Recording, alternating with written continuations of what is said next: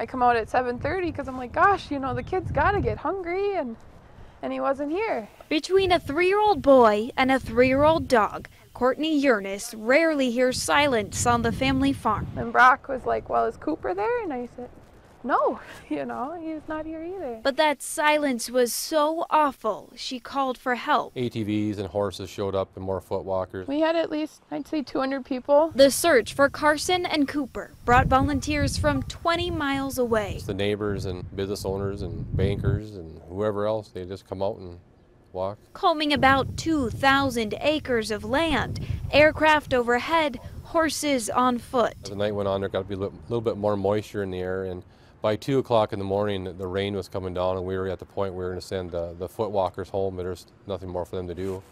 Really worried. It was hard. For the search to get called off like that. Right as they were about to give up, they found out someone else wasn't going to. Pat went over the hill and he shot his headlights, and Cooper barely stood up just to let him know he was there.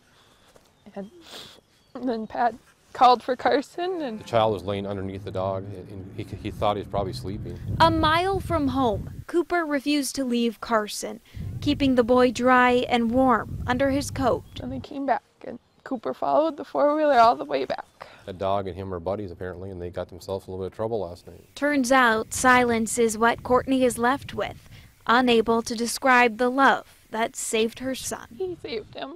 I mean, if they would have called it off and couldn't find him, you know, last night, Cooper would have at least kept him warm.